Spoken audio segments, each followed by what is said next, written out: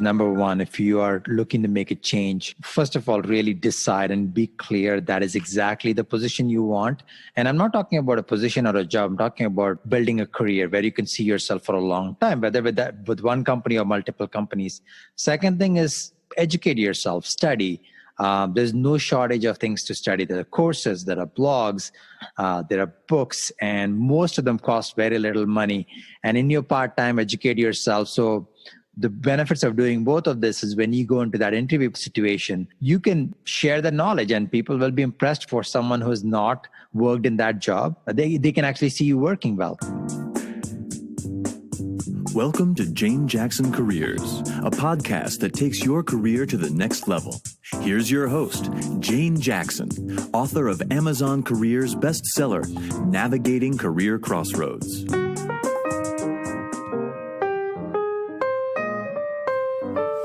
Welcome back to Your Career Podcast. You know, today is episode 177, and I've got a very special guest for you today. But before I launch into our interview, I just want to find out, how's your career going? Are you loving what you do? If so, you're one of the lucky ones. However, what I'm wondering is, do you sometimes feel that you need some career support and you'd like to expand your network and community of career professionals? Because sometimes, we do get a little bit stuck. And so what I've done is I have created the Careers Academy, and it's a membership site, and in it I'm there providing plenty of advice and guidance, and I have so many resources within it.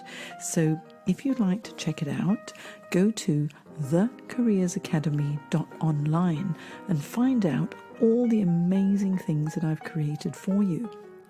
Now, today's guest is a multi-award-winning Toronto-based founder and CEO of CareerMetis.com. Nissar Ahamed is the producer and host of the Career Insider podcast and the co-host of the C.A.R.E podcast. He's a growth marketer, publisher, and is successfully building the most comprehensive publication on career advice called CareerMetis.com, and it's an award-winning career and productivity blog. Now, Nissar is a genius when it comes to content creation, growth hacking, and social media strategy. He's also an accomplished public speaker, having been the president of Toastmasters International and vice president of education at Toastmasters in Toronto. Now, he has had a really interesting career journey. He started his career in finance. He actually originally was an engineer. Then he went into finance. He was with Chase, and then he moved to Canon, Canada. He worked at Robert Half, and then he joined Atomic Research. Now, Nissar has become a master of career and reinvention, and now as the founder and CEO of CareerMetis, he has so much wisdom to share with our audience on how to reinvent your career and how to build your brand through blogging and podcasting. And so let's welcome Nissar to the show. Welcome, Nissar. How are you today? I'm doing very well. Thank you, Jane, for having me on the show. Well, I'm delighted because you're in Toronto in Canada and I'm in Sydney in Australia. So it's late in the evening for you, early in the morning for me, and I really appreciate your time. But I'm so excited to find out everything that you've done in your career and the transitions and how you're building your own business, because I think our listeners will be really interested in how you made each change. So how about, as I always do, just to kick off, can you tell us a little bit about what your early career aspirations were when you were a little boy? Sure.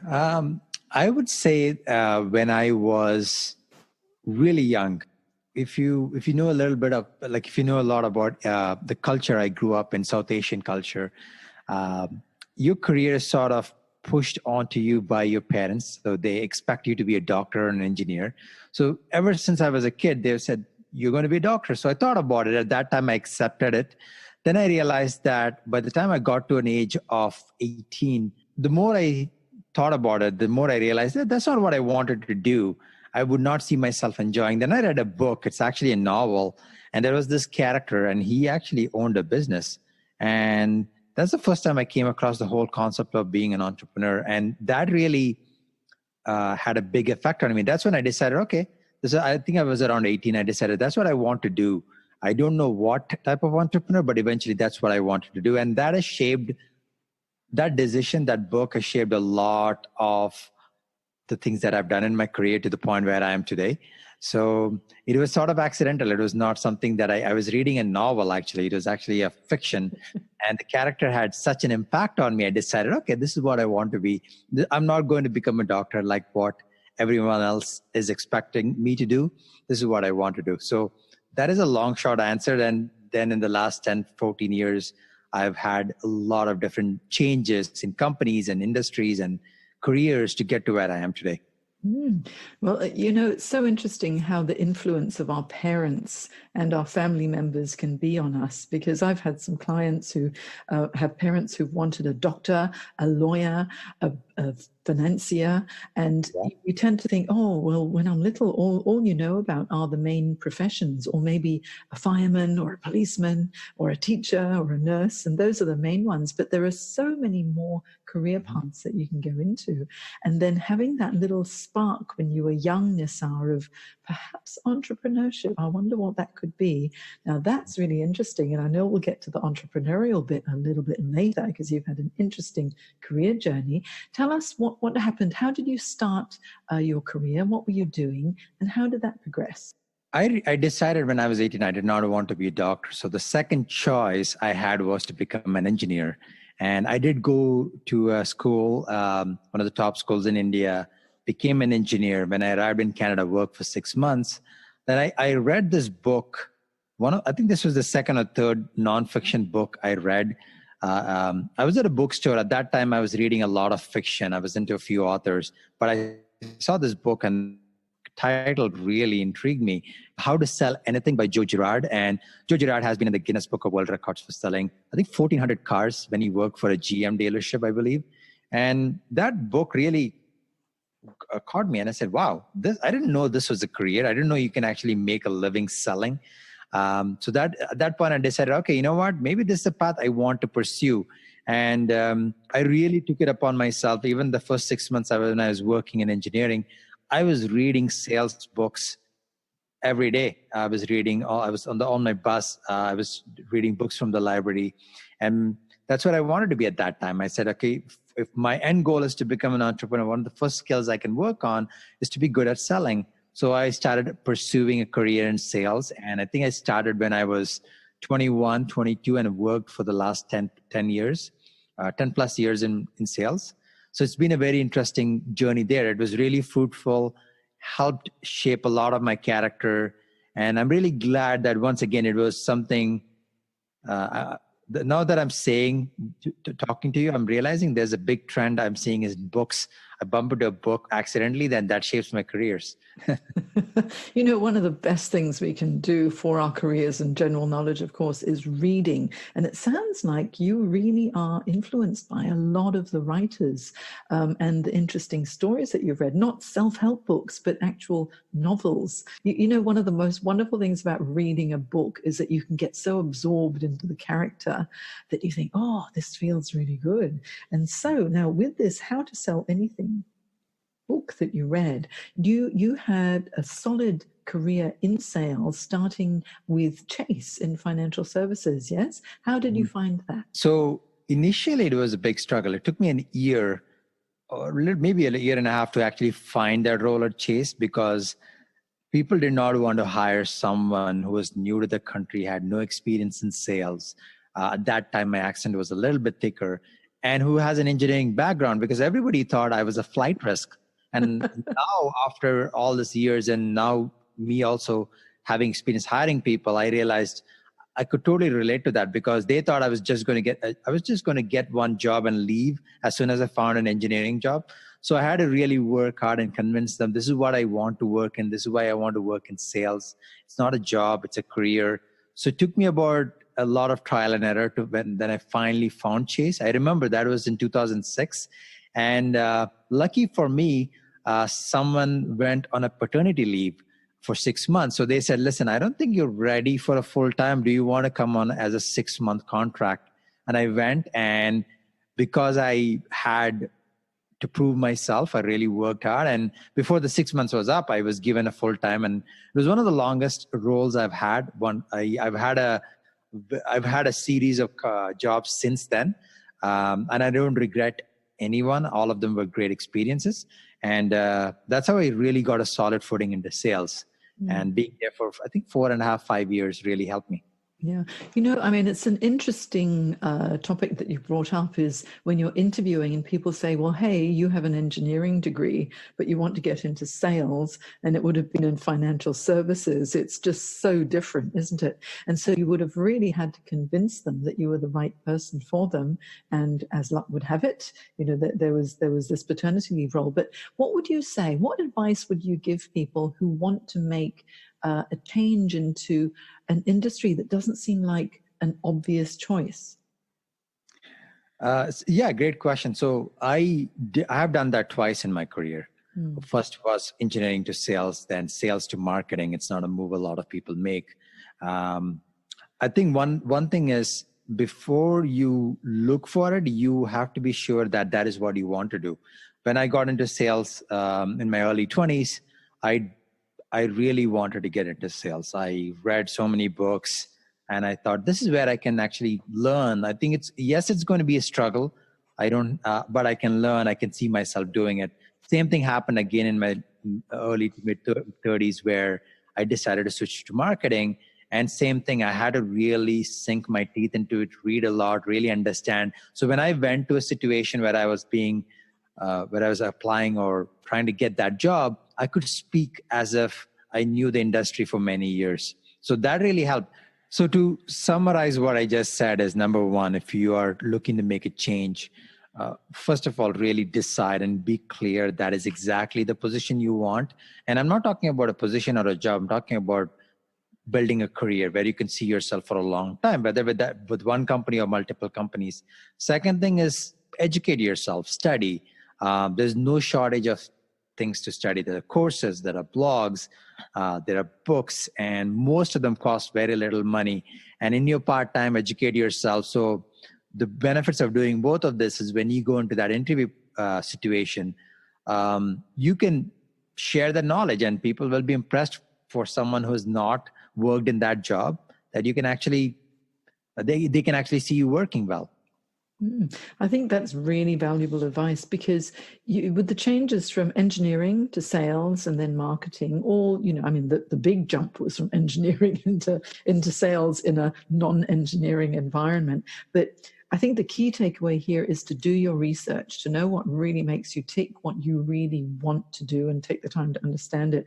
And then the research, talk to people who are doing those jobs, right? Fantastic. And so now, with your interesting career history from Chase to Canon, different industry altogether, and then a number of other roles until you joined Atomic Reach, all in ever increasing roles of sales and then marketing. How did you find making that transition from sales to marketing? Because there are a lot of common threads there too.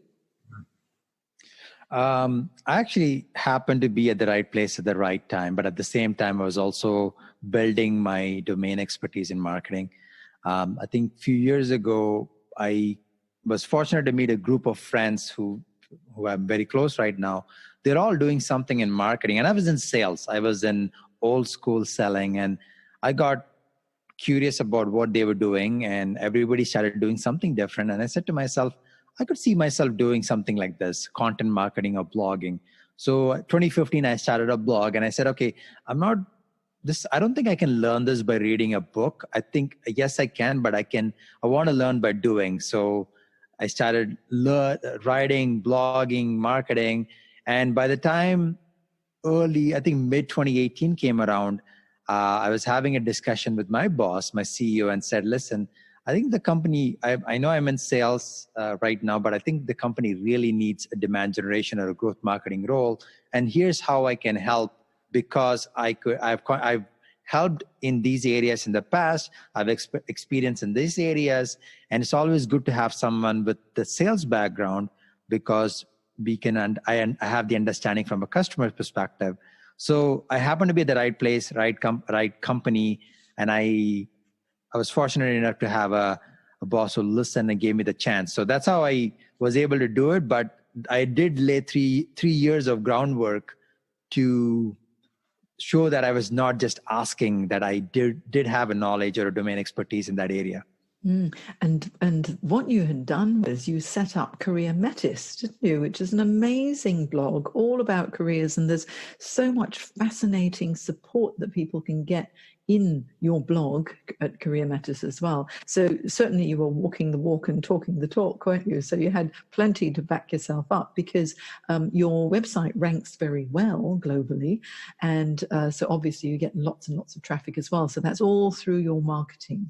And so just before we go on to CareerMetis, because I really want to find out all about that site as well, when you were able to transition into marketing, that you must have been able to talk your way into it very well, because I noticed that you also have been a member of Toastmasters for many years, and you were the president in Toronto and vice president of education too. So tell us a little bit about Toastmasters and how that's helped you. So as I was reading a lot in my early 20s, read a lot of personal development sales books, and they all kept talking about Toastmasters. Everybody said, if you want to really be very good as a communicator, a public speaker, a leader, then public speaking, then Toastmasters and the Dale Carnegie course, both of them are very effective. So I took the Dale Carnegie course. One thing I found out, it was very short. It was 6 weeks, then you're done. But then I found out about Toastmasters, where you can actually dedicate yourself to couple of hours a week. You go every week, and there was an environment where they wanted you to succeed. So I joined, and I was a member for 7 years for one particular club in Toronto. And it was one of the reasons I joined. Everybody was seasoned there. It was second largest club. When I joined, it was 55 years old. So they've been doing it for many years. And it has been really, really impactful for me, because one of the things Toastmasters has taught me is I think I've given 40 plus speeches in my Toastmasters career. One of the biggest confidence I have is, okay, if I've given a framework and a topic, I can create a speech in different situations. And the ability to think on your feet, because we spoke about careers a couple of times, Jane. If you are in an interview, no matter how much job interview, no matter how much you prepare, you are going to be thrown curveball questions that you never expected. So the ability to compose yourself and come back with a short, succinct 2-minute answer goes a long way. So one of the things that Toastmasters left for me is that skill. They do. So Toastmasters is really, really impactful. I always recommend that to anyone I meet. It's a long-term project, meaning you will be dedicating a lot of time, but it's one of those things that the more you invest, the more you will see the growth. So it's one of those things, once you have that skill, it won't go away as well. I think it's so valuable to have the opportunity of peer support and being able to stand up and speak, because it's part of sales, it's part of marketing, isn't it? And being able to structure a talk or a presentation well is so valuable. It makes such a difference. And certainly for career changes and people going for job interviews, you want to ace that interview. Yes, you're right. You have to think on your feet. They're going to ask you a lot of behavioral questions that you may or may not have been prepared for. But if you can come up with the best scenario and be able to tell that story, and storytelling's key as well, isn't it? To be able to tell a good story so that people can follow it. And I reckon that really is the best way to showcase your skills. So let's find out all about CareerMetis now, Nissar. So CareerMetis. Tell the listeners what's in the blog, what does the blog do, and why should they read it? So what's in the blog is career advice for job seekers and freelancers. And career advice could be anything from, let's say someone is a job seeker right now, either they're out of college or they're unemployed or they've been laid off and they're trying to look for a job. So what I've tried to do is myself, along with other guest contributors and other podcast interviews, what I've done is I've tried to collect as much information to showcase all the things they can do to ace that job interviews, to ace that resume, to improve their chances. So that's one group of audience that we cater to. And the second thing is, of course, no matter how successful you are in your job search, you will get to a point where you feel stagnated, or you want to move up, or you want to switch careers just like me. And there's advice for that as well. So essentially it's career advice in different forms. And my goal was to empower people so they can shorten the time it takes to win in their job search. I think it's such a great site because you pull together so much information, not just from yourself, but from many other career professionals as well. For example, I was so surprised last year and delighted when you contacted me and you said that you'd found my blog on janejacksoncoach.com was one of the top career blogs globally. And having that honor from CareerMetis was really, really lovely. So thank you so much for that, Nissar. And how do you choose the top career blog? So the process for choosing, it is a little extensive. So I obviously go through, there are others who have actually done the work before me. They have created multiple lists of top career blogs. So I went through all of them. I went through about 20 to 30 of them, looked at each blog, looked at what type of content. Are they publishing content frequently? Like I found out some very good blogs, but the author stopped writing in 2017. So I wanted to make sure that if I recommend something, they are actively writing. So that's one thing. So it's a lot of what type of content, how much domain expertise they have, how active they are on social media. So it was an extensive process, and periodically I had to go back. And so it's funny, like some blogs I added, I had to update them because even in 6 months period, people change. So I want to make sure I'm providing only the list of websites or blogs that are active and provide actionable advice. So glad I did it because I connect with a lot of career advice experts such as yourself, job search experts, authors, speakers, podcasters. And now I'm actually continuing that series. And as you have graciously participated in an interview series with that as well. So there'll be much more content coming from the winners of that list as well, and all about career advice and job search. Mm-hmm. Oh, fantastic. Certainly a very valuable site for job seekers to go onto as well. And so, Nissar, it's so interesting talking to you on all the career changes that you've done and the wonderful things that you're doing for job seekers. What would you say are your top 3 tips for success? It's hard to come up with 3, so I had to really think about this and come with 3. And because our conversation is about careers, I would say these are my 3. Number 1, it's something that I firmly believe. I got this idea from Robert Greene, who wrote 48 Laws of Power and the 50th Law and Mastery. I was listening to his talk and really struck a chord with me. And it goes like this. It's basically your work transforms yourself. So I would encourage everyone to change the way they think about work, not as something that they need to do to make a living, but something that could really transform them. Like, for example, I given you stories about myself. By working on certain things like CareerMetis, I was able to build a career, a senior marketing demand generation role, because of the work I put in. And I can give you examples of a lot of things that others have done. So I would say your work as a lot of people don't think of work this way, and I would encourage them to think. And when you think like this, you will start taking different actions and your mindset will change. Second thing, it is tied to the first one, is invest in yourself. And we spoke about books. We spoke about course, a little bit about reaching out to others and Toastmasters.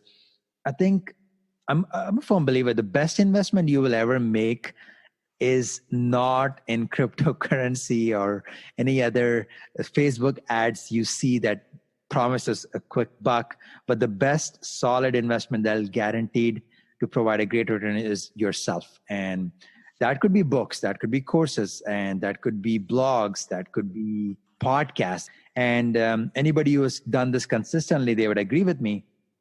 And the last thing I would say is, don't be afraid to break away from the path. And a lot of people in their 20s feel like they have chosen this path and they are stuck, or they might be stuck. And they probably are even afraid to choose the path because they feel that, oh, what if I choose this path? I don't like it.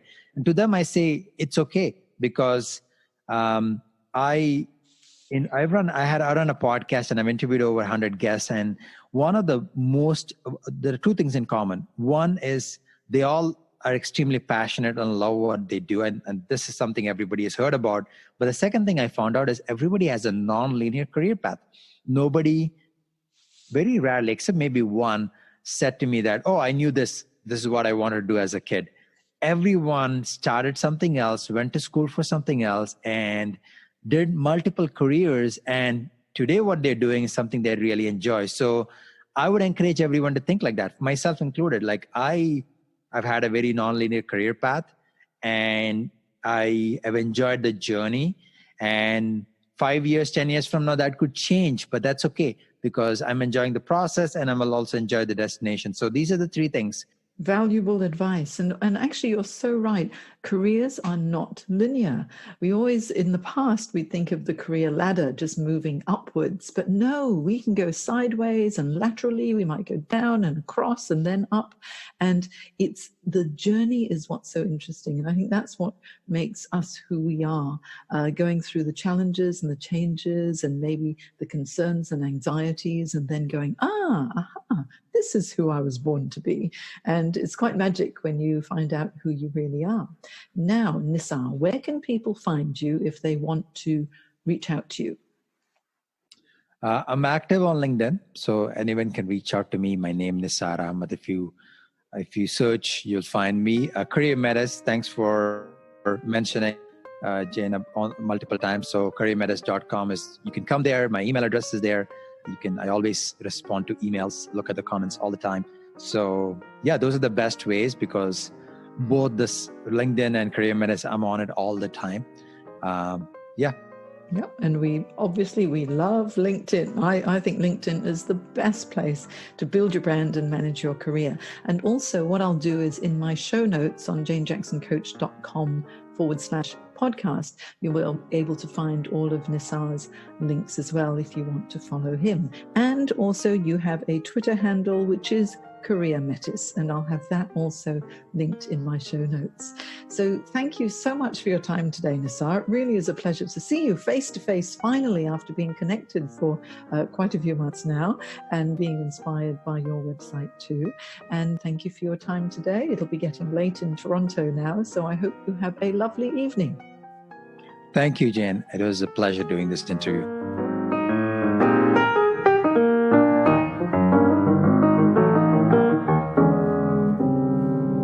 If you enjoyed this podcast, look for Your Career Podcast on iTunes and leave a review. And for all the career management support you need to create your dream career, visit janejacksoncoach.com and join my Careers Academy for live career webinars, group coaching, one-on-one coaching support, as well as my online career development courses. Isn't it time you found your dream job? You've been listening to Jane Jackson Careers. Sign up to receive regular career advice at janejacksoncoach.com.